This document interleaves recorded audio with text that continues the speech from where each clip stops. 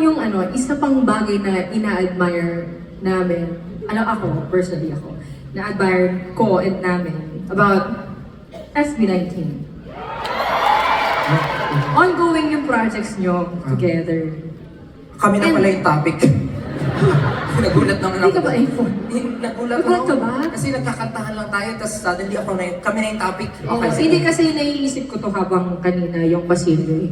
Habang pala dahil basta. Habang mga tayo, naiisip ko tong mga bagay na to, sabihin ko sa'yo. Na nakaka-proud kayo kasi ongoing na yung projects together, pero at the same time, free kayo to pursue your own music. Siyempre naman, siyempre kami as SB19, masaya kami na magkakasama kami. But ayaw namin ikahon yung sarili namin na kami lang. Gusto namin, bawat isa sa amin mag-explore and mag-excel sa gusto nila, sa sarili nila. Siyempre, aminin natin, hindi pang habang buhay magkakasama kami. Pero yung relationship, ito naman mga okay, hayaan niyo ako mag-explain. Eh, sponsored namin to. Hindi, aminin natin, dadating yung time na magkakaroon kami ng kanya-kanyang buhay. Pero,